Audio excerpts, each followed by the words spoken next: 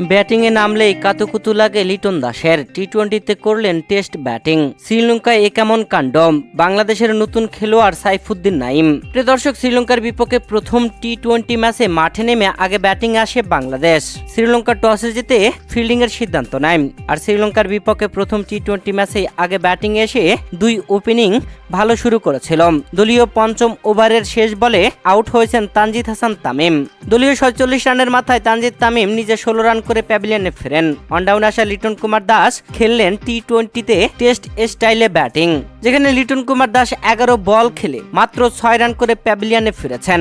দলীয় অষ্টম ওভারের শেষ বলে এলবির ফাঁদে পড়েন লিটন দাস। লঙ্কানদের আবেদনে সাড়া দেন আম্পায়ার, তবে লিটন কুমার দাস নিয়েছিলেন রিভিউ, আর রিভিউ বাঁচতে পারেননি। ইজি আউট হয়েছেন লিটন কুমার দাস। তাতে 11 বলে 6 রান করে গুটি গুটি পায়ে মাঠ ছাড়তে হয় লিটন কুমার দাসকে।